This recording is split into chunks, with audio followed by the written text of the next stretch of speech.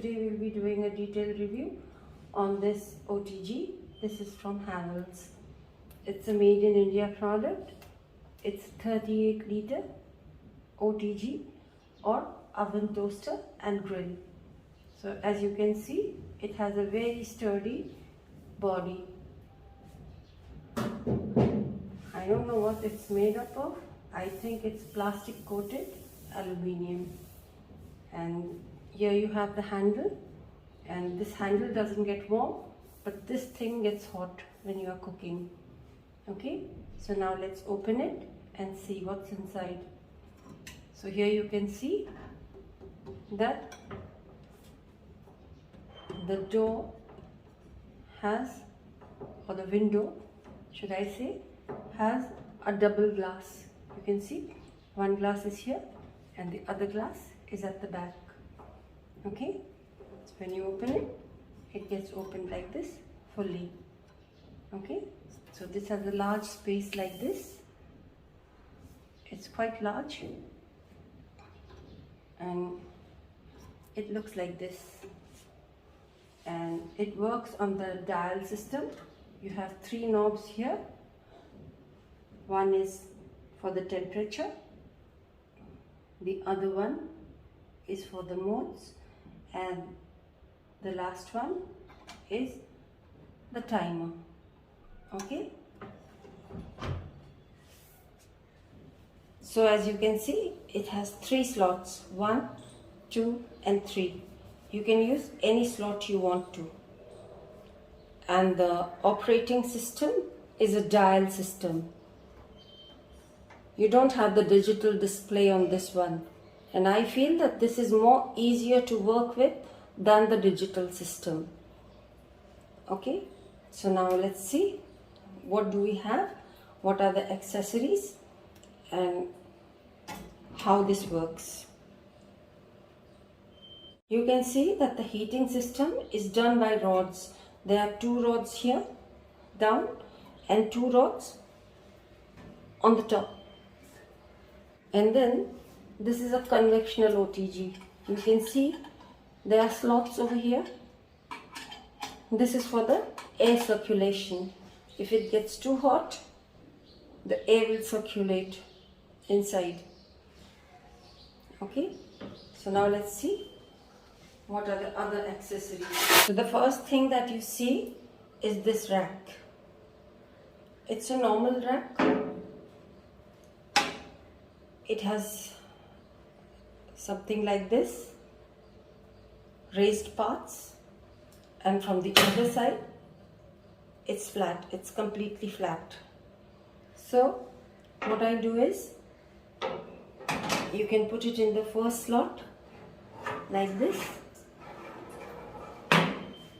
Here you are, this is the first slot, and then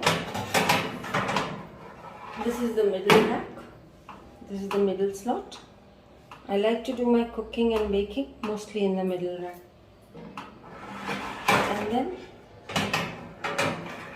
this is the last rack. The reason why I am putting it like this is because you get more space here like this, because on these slots the space on these slots, the space will be reduced. But this is good for if you are using like tikkas and all, to put all your skewers and all over here. So this is the rack. Also give you these 4 skewers, which is good for tikkas and tandooris and paneer tikkas and chicken tikkas. It's very nice quality.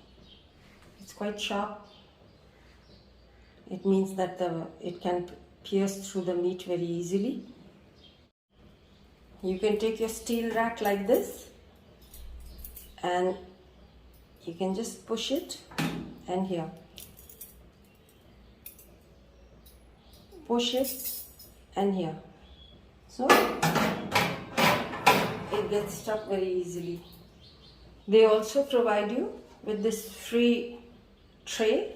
It's quite a sturdy tray, and this tray also can go into all 3 slots. This is very good for like roasting and all.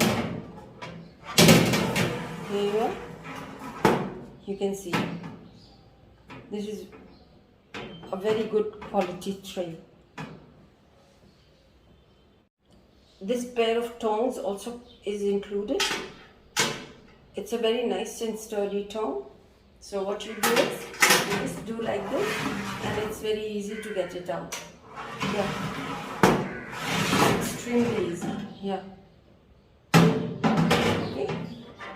So I suggest that you invest in a pair of gloves instead of using these tongs. Just wear gloves and pull it like this. It will be much more convenient like that.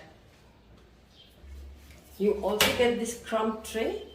You have to keep it in the lowest place. This is for holding all the things that come down from when you are cooking, like say suppose you are making a tikka, or maybe you are making something like that, or maybe if you are just making some pizzas and something like falls off, this crumb tray will hold everything. But I suggest that you always cover this crumb tray with a piece of aluminium foil, because it will be easier to clean in that way. This also comes with this rotisserie rod. This is good for a full chicken or something like that, and it's very easy to fix it inside. There's a hole here and there's an angle here. You fix it like this. It has some accessories like these. Okay, I'll teach you how to use it in my forthcoming videos. So stay tuned. Be subscribed, please. Let's see how to put the rotisserie rod. So you take this end, and you put it in the hole here, and you take this one and you put it here. It's very easy. They also provide you with this rotisserie tong.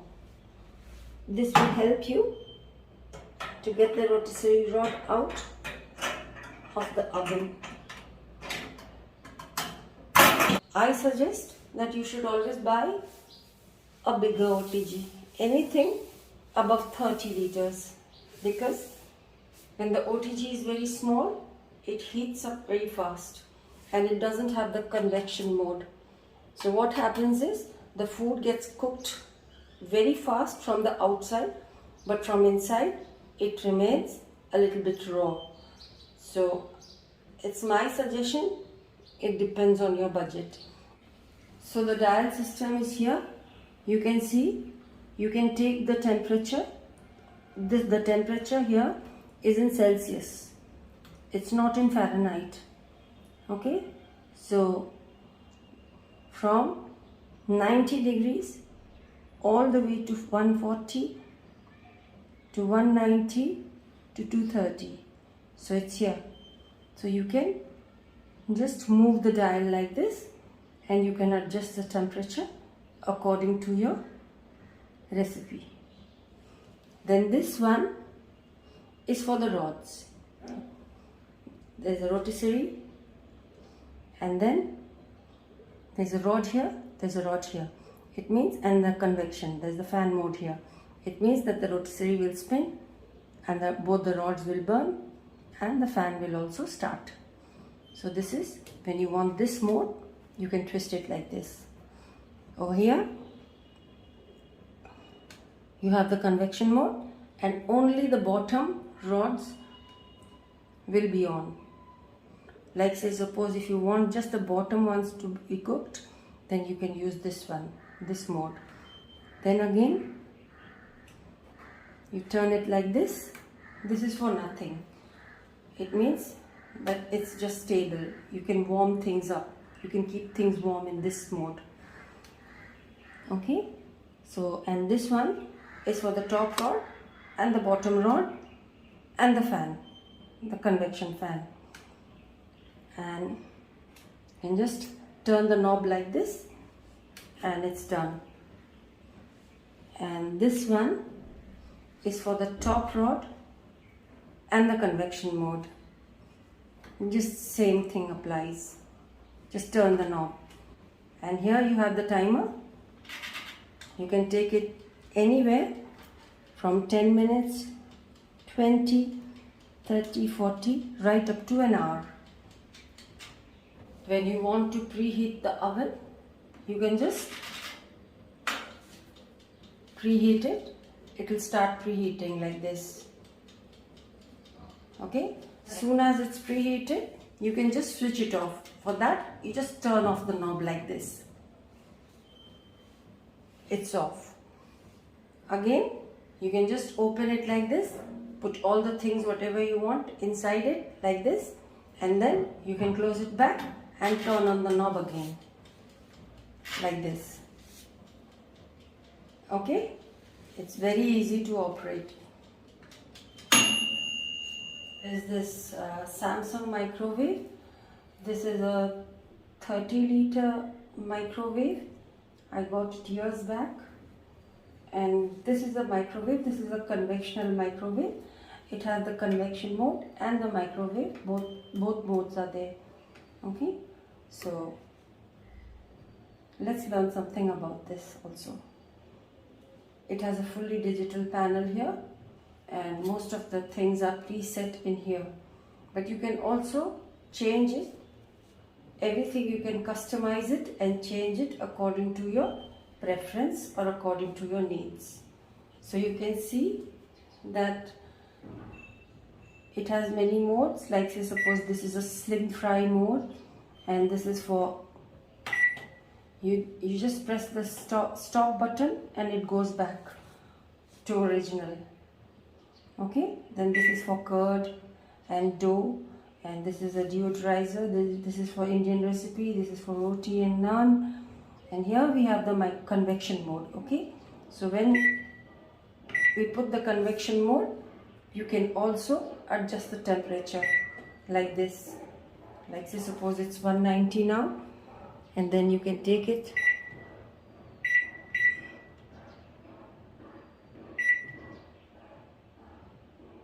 to 180, 190, 200, 40, 50, 60, 70 and so on. Okay, so you can change the temperature according to your preference. Also, if you like, say suppose if you start, then you can start from here and the preheat mode starts. Okay, so the light burns inside. Right now you can't see because I'm making this video in sunlight. Okay, so here it is, it's preheating. The problem with microwave is that whenever I want to make cakes or bake something or grill something, the heating system goes on, but when it starts to cook, it goes on like it's an automatic timer. It's only for 10 minutes. Okay, so what happens is, although you can increase the temperature with this button, okay, after preheat mode this button will start working.